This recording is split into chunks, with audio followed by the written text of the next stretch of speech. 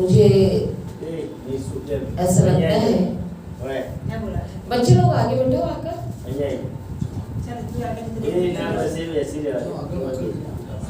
कि आप लोग हर रविवार को आते ही हैं, है ना? और ये जो कार्य आप लोगों ने यहाँ किया, इसको एक अच्छा सा सुंदर विहार बनाया है। इस विहार को मैं तब से देख रही हूँ, उद्घाटन हुआ था पता है, लेकिन और अच्छे तरीके से इसको किया गया है। जैसे ये नहीं था उस समय, तमोपद था पहले से ही था क्या? शायद उस समय ध्यान न गया हो। ये फोटो, हाँ, यानी काफी कुछ आया है, हो सकता है पहले फोटोज थी, फोटोज उस साइड में थी, है ना? इस साइड में थी। अच्छा, वहाँ पे थी, हाँ। एनीवे ये सब है, और मुझे लगता है कि हर रविवार पर इस पे चर्चा होती है, फोटोज पर नहीं होती। ओके, क्या होता है? वंदना होती है और थोड़ी ऐसी बातचीत होती है। एक नई चीज हो रही है यहाँ पे। मेरा कहने का मतलब है कि जब हम जो कुछ प्रेजेंट करना चाहते हैं, रखना चाहते हैं, उसके बारे में यहाँ आने वाले को सब जानकारी होनी चाहिए। वो उसी के लिए होता है ना? हमारे घर में किताबें रखे हैं समझो, तो किस लिए होती है? किताबें पढ़ने के लिए होती है। अगर हम उसको ना पढ़ेंगे तो किताबें बेकार रहती है वहां पे, है ना? उसी तरह से हम अब समझो फोटोज है, तो हर एक फोटो एक इंसिडेंस, एक घटना को प्रस्तुत कर रहा है। मेरा एक सजेशन है ये, कि आप संडे को आते हो, छोटे छोटे बच्चे आते हैं, तो इनको इन्हीं जैसे अभी बहुत परेशान करते हैं बच्चे, नहीं क्या? ध्यान, हम लोग अपने चर्चा में रहते हैं, बच्चे लोग अपने मस्ती में रहते हैं, वो अपनी तरफ ध्यान आकर्षित करना चाहते हैं। उनको अगर इन्हीं पिक्चरों के माध्यम से यदि वो इंसिडेंट्स, वो कहानी, वो घटनाएं प्रस्तुत करेंगे, तो वो बच्चों को बहुत इंटरेस्ट आएगा सुनने में, और इसी उम्र से वो समझने का प्रयास करके अपने जीवन में उन बातों को, जिस तरह का हमने होना चाहिए, उन बातों को उतारने का प्रयास करेंगे। ये एक सजेशन मुझे था, क्योंकि ये हर जगह नहीं दिखते फोटोज, और किताब पढ़ के आप पढ़ के सुनाओगे तो उतना इंटरेस्ट बच्चों को नहीं आएगा। अब हम लेक्चर भी देंगे तो भी वो समझ में नहीं आएगा, लेकिन स्टोरी के माध्यम से समझाओगे तो समझ में आएगा। अब जैसे ये सहस्र वग्ग पर आप, मुझे थोड़ा लग रहा था, इस पर बात हुई है यहाँ पे, थोड़ी बहुत कभी कभी हुई किसी के साथ, कोई पूछता है तो हाँ, तो क्या बताया जाता है? बताया जाता है कि हजारों युद्ध जीतने से भी वो इंसान बड़ा है जो अपने स्वयं में विजय प्राप्त करे। बिल्कुल, लेकिन इसके पहले का 102 बहुत इम्पोर्टेंट है। हजार देर वाक्य, वो जो वाक्य है ना, उससे अच्छा वाक्य चैंटिंग की बात आ रही है उसमें। 102 में चैंटिंग की बात आ रही है। आप 1000 पद चैंटिंग करो और 1000 बार करो, पाठ करो, तो हमें उससे कोई लाभ नहीं होता है। यानी अभी यदि हम त्रिशरण पंचशील रोज बोल रहे हैं, बुद्ध वंदना, धम्म वंदना, संघ वंदना हमको याद हो गई है ना? और फिर भी हम रोज बोले जा रहे हैं, लेकिन उसका अर्थ नहीं समझ रहे हैं, तो उसका लाभ नहीं हो रहा, क्योंकि हमारे जीवन में उतर नहीं रहा है, हमारे आचरण में दिख नहीं रहा है। तो वो क्या कहते हैं, वो पद क्या कहता है कि एक ही आए कोई बात नहीं, आप एक बार बोलो, दिन में एक बार बोलो, हफ्ते में एक बार बोलो, लेकिन ऐसे समझ के बोलो कि आपको जब तक उसको अपने जीवन में उतार ना लो। समझ में आ रहा है? बुद्धिज्म का असर तभी होगा, बुद्ध की शिक्षाओं का असर तभी होगा जब हम उनको अच्छी तरह से समझ पाएंगे। तो हमें अभी 56 के बाद में अभी तक हमको बहुत सारे लोग, मैं ये नहीं कह रही कि आपको नहीं समझ में आता, सब बहुत जो ये काम कर रहा है वो समझ कर ही कर रहा है, यहाँ पे आ रहा है, कर रहा है, मतलब आप में से काफी लोगों को उसका अर्थ समझता है, इसलिए आप काम कर रहे हैं। लेकिन जिसको समझ रहा है, अब उसकी ड्यूटी बन रही है कि अन्य जो लोगों को हम जोड़ते जा रहे हैं उनको भी वो समझाए। तो उनके लिए हमको फिर से बोलना पड़ेगा, फिर से समझाना पड़ेगा, समझाने के लिए समझना पड़ेगा। यानी हम ये कहते हैं हम समझ गए हैं, लेकिन समझकर हम आचरण में ला रहे, इट्स ओके, लेकिन दूसरे को समझाने के लिए समझना है। इसको कहते हैं उपसंपादित होना, या वो स्टेज पा लेना, टीचर बन जाना, मास्टर बन जाना।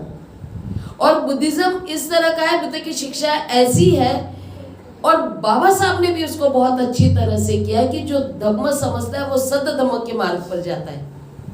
कौन से मार्ग को अवलंबन करता है वो? सद धम्म। और सद धम्म क्या है? तो बुद्ध के हिसाब से तुम मास्टर बन रहे हो, तुम दूसरों को समझाने की स्थिति में आ गए हो, और वो कैसे समझाए वो हमें समझ रहा है, मतलब हमें टीचर्स बनना है। हमें वो क्वालिटीज आनी चाहिए कन्विंसिंग की, कि अगले वाले को लगे कि ये खुद पालन कर रहे हैं, इनमें हमें परिवर्तन दिख रहा है, और ये जब हमको कह रहे हैं तो हमें भी परिवर्तन आ जाएगा। तो मास्टर कैसा होना चाहिए? खुद उसको पालन करने वाला होना चाहिए, आचरण में लाने वाला होना चाहिए। और किस तरह से उसके साथ में एक जुड़ जाता है अनुभव। जब वो पालन करता है, वो पढ़ता है, समझता है, तो वो अपने जीवन में जो आचरण में लाता है तो वो एक अनुभव में जुड़ जाता है। वो अनुभव बहुत मायने रखता है, क्योंकि ये अनुभव जो होता है ना, ये अनुभव प्रैक्टिकल होता है, बहुत प्रैक्टिकल होता है। आपके जीवन में हो रहा तो आपके जैसे अन्य लोगों के जीवन में भी वो अनुभव वो ले सकते हैं। ये कोई इम्प्रैक्टिकल बात नहीं है, कोई ऐसी बात नहीं है कि जो नहीं हो सकती। तो आपका अनुभव जो है ना वो बहुत मायने रखता है। आपके जो फायदे हुए, जो लाभ हुआ, वो आप बहुत अच्छी तरह से समझा सकते हैं, हम नहीं समझा सकेंगे आपका, है ना। हम तो सिर्फ बता रहे हैं, हम मार्गदर्शन कर रहे हैं, लेकिन एक उपासक उपासिका जब वो बन जाता है, समझ जाता है ना, तो वो भिक्खु भिक्खुनी से और ज्यादा अनुभव के आधार पर, क्योंकि गृहस्थ का अनुभव है वो बहुत ज्यादा लेता है, तो वो और अच्छे से लोगों तक जा सकता है। ये इस तरह का प्रोसेस अगर करेंगे तो बहुत चेंजेस हमको हमारे समाज में दिखाई देंगे।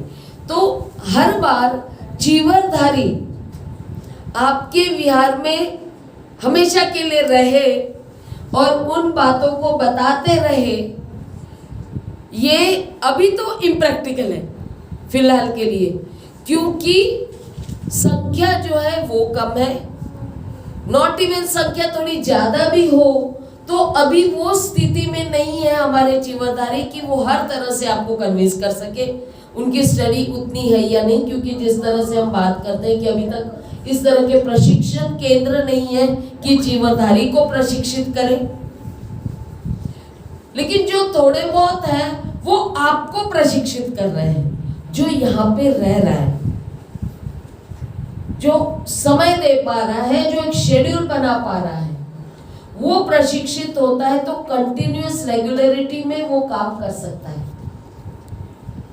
और ये विहारों का उपयोग हमने उस तरह से करना पड़ेगा। इसके पीछे भी एक कहानी दी हुई है, हम बच्चों को कहानी बता सकते हैं। कुंडल केसा की कहानी है इसके पीछे। कितने लोगों को कुंडल केसा की कहानी मालूम है?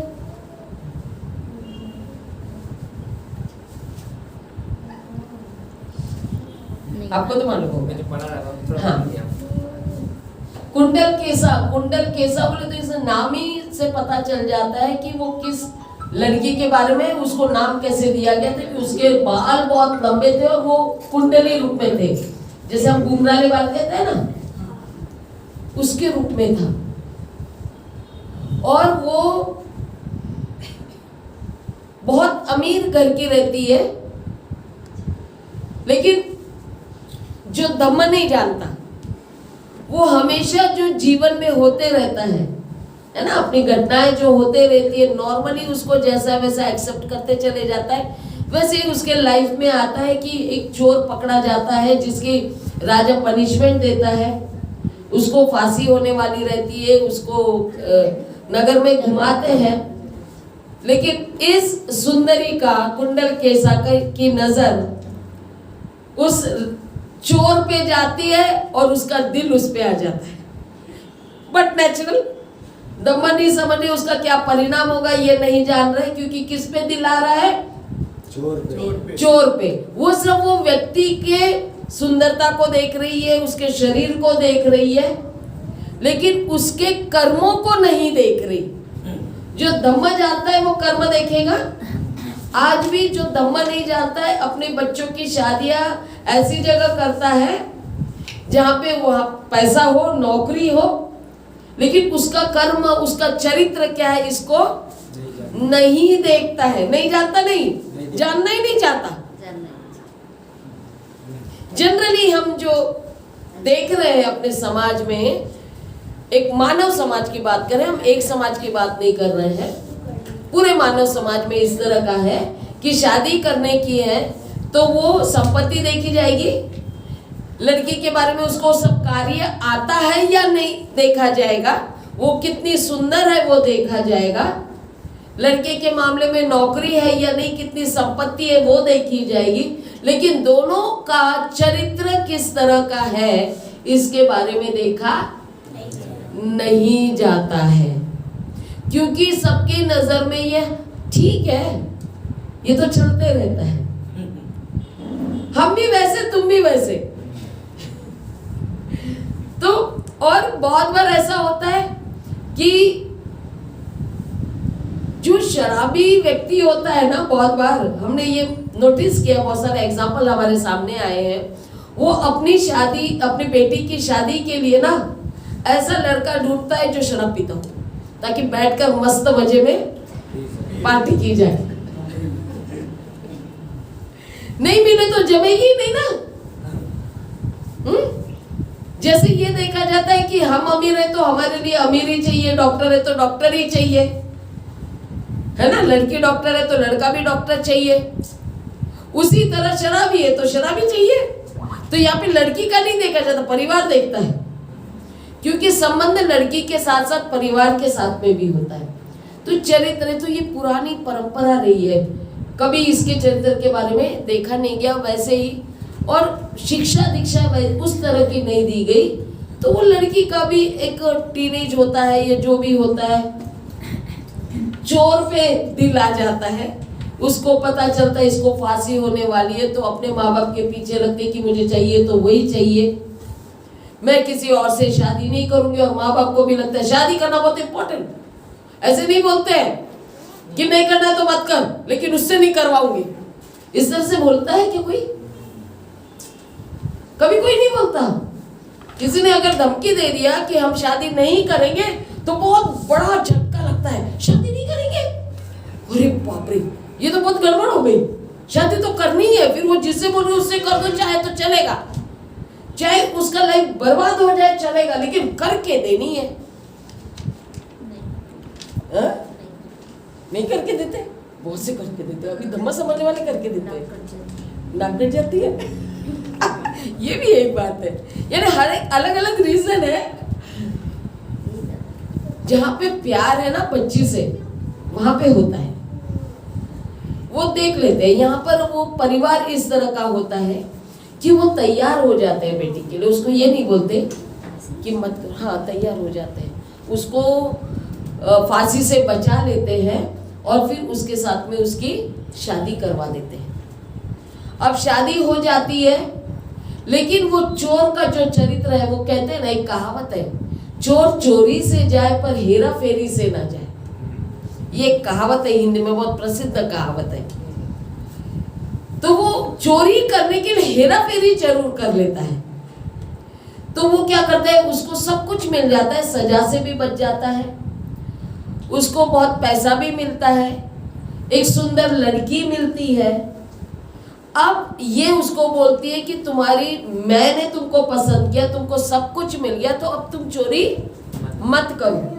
और वो बोलता है कि हाँ मैं चोरी नहीं करूंगा, लेकिन माइंड में तो वो है, ट्रेनिंग नहीं मिली ना चोरी से बाहर निकलने की, सिर्फ बोला गया है, ट्रेनिंग नहीं मिली।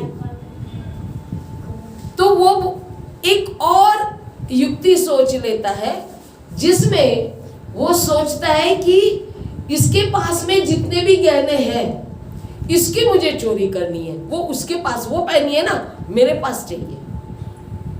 तो वो एक बहाना बनाता है कि मेरे परिवार की एक प्रथा है कि कुछ जगह पर एक पहाड़ी है, वहां जाकर पूजा करनी है, और वो पूजा के लिए तुम्हें सारे गहने, जिस तरह से दुल्हन सजती है वैसे ही तुमको सज कर वहां मेरे साथ चलना है। वो पूरी तरह से सज जाती है, सारे गहने सारे जेवर जो वो अपने साथ लाते हैं वो सारा पहन लेती है, और उस जगह पर पूजा करने के लिए जाते हैं। और ये बोलता है अब मुझे ये सब निकाल कर दे दो, क्योंकि मुझे तुझे मारना है। ये बोलती मैं तो तेरे लिए हूं ना, मैं हूं, ये सब तेरा ही है। बोलता नहीं, मुझे ये सब मेरे लिए चाहिए, मुझे तू नहीं चाहिए। तो ये वो सोचती है कि अब अपने आप को कैसे बचाए। यहाँ पे फिर बुद्धि का इस्तेमाल होता है। जब जान पे आती है ना, तब बुद्धि का इस्तेमाल होता है। किसी का होता है, किसी का नहीं होता है, लेकिन वो सोचती है। तो वो क्या बोलती है, ठीक है मैं तुमको सब उतार कर दूंगी, आखिरी बार ये उतारने के पहले एक पति के रूप में मैं तुम्हें आलिंगन करना चाहती हूँ। तो बोलता है ठीक है, इसमें क्या बात है। तो वो आलिंगन सॉरी अभी तो हक कहते हैं, है ना, आलिंगन। तो आलिंगन देने के बहाने वो उसको पकड़ती है और उस ऊंचाई से उसको धक्का दे देती है। यानी उसे लगता है कि इतना सब इसके लिए मैंने किया, फिर भी ये मुझे मारना चाहता है, मैंने इसको बचाया, और ये इन जेवरों के लिए जो उसी का है उसी के लिए मुझे मारना चाहता है। तो इसका मेरे जीवन में कोई स्थान नहीं है। इसको कहते हैं ठोकर खाने के बाद में ही सीखते हैं, है ना। अक्ल कब आई? ठोकर खाने के बाद। और हमारे लाइफ में ऐसे ही होता है, कोई कोई तो ठोकर खाने के बाद में भी नहीं सीखता है। ये और एक अजीब बात है ना। तो वो वहां से निकलती है, वापस आती है, फिर उसका सारे जो परिस्थितियां होती है, एक समाज में जिस तरह का जीवन होता है, उससे उसका मन उब जाता है कि किस पर विश्वास करे, किस पर ना करे। मैंने तो इतना प्यार किया था इस पर, तो मैं अब दोबारा शादी नहीं करूंगी और ना ही परिवार में जाऊंगी। तो वो उस समय के जैन परंपरा होती है उसकी वो साध्वी बन जाती है, और होशियार बहुत होने की वजह से वो पूरा उनकी शिक्षा को, महावीर की शिक्षा को बहुत अच्छी तरह से समझती है, और इतना ज़्यादा समझ लेती है कि वो आर्गुमेंट कर सकती है, वाद विवाद में पटाईत हो जाती है। और इतनी पटाईत हो जाती है कि उसको लगता है उसके जैसा कोई वाद विवाद करने वाला इस दुनिया में नहीं है। वो अहंकार आ जाता है उसको, इतना अहंकारी हो जाती है कि वो हमेशा सबको चैलेंज करते रहती है, आकर मेरे साथ वाद विवाद करो, मुझे हरा कर दिखाओ, कोई नहीं है ऐसा जो मुझे हरा सकता है। फिर वो क्या करती है, एक पेड़ की लकड़ी, क्या कहते हैं उसको, ब्रांच, वो रखती है और बोलती है जिसको वाद विवाद करना है वो इसको उठाए। ऐसे करते हैं, कोई भी उससे जीतता नहीं है। लेकिन एक भिक्खू होता है, नाम उतना ध्यान नहीं आ रहा मुझे, सारे पत्ते रहते हैं क्या, नाम ध्यान नहीं आ रहा, हो सकता है तो वो उनके साथ